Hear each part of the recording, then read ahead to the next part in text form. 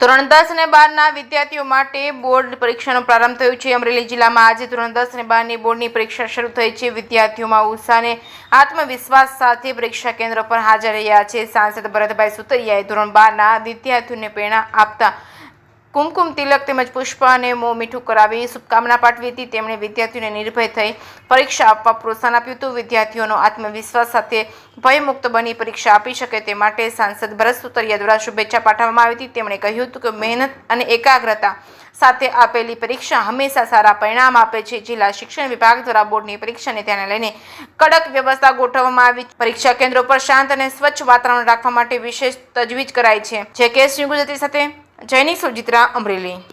આજથી ધોરણ 12ની અને ધોરણ 10ની બોર્ડની એક્ઝામ સ્ટાર્ટ થઈ રહી છે। આજે પ્રથમ દિવસ છે। માનનીય સંસદ સભ્યશ્રીની ઉપસ્થિતિમાં અત્રેની શશીબેન ગર્લ્સ હાઈસ્કૂલ ખાતે ધોરણ 12ના વિદ્યાર્થીઓને આવકારવા એમનું સ્વાગત કરવા માનનીય સંસદ સભ્યશ્રી ઉપસ્થિત રહેલ છે। અત્રે કેન્દ્ર સંચાલકે પણ જરૂરી વ્યવસ્થાઓ ગોઠવેલ છે।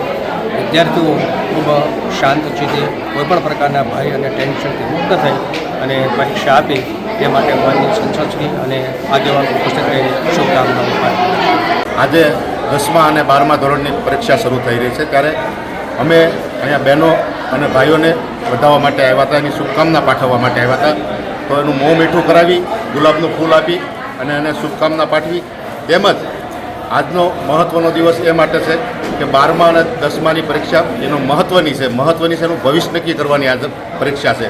તે માટે હું એને શુભકામના પાઠવું છું અને આપના માધ્યમથી કહેવા માગું છું કે પરીક્ષા દરમિયાન બાળકો બેન કે ભાઈ મોબાઈલથી દૂર રહે અવશ્ય અને 100% પરિણામ મળશે, મને પૂરી ખાતરી છે।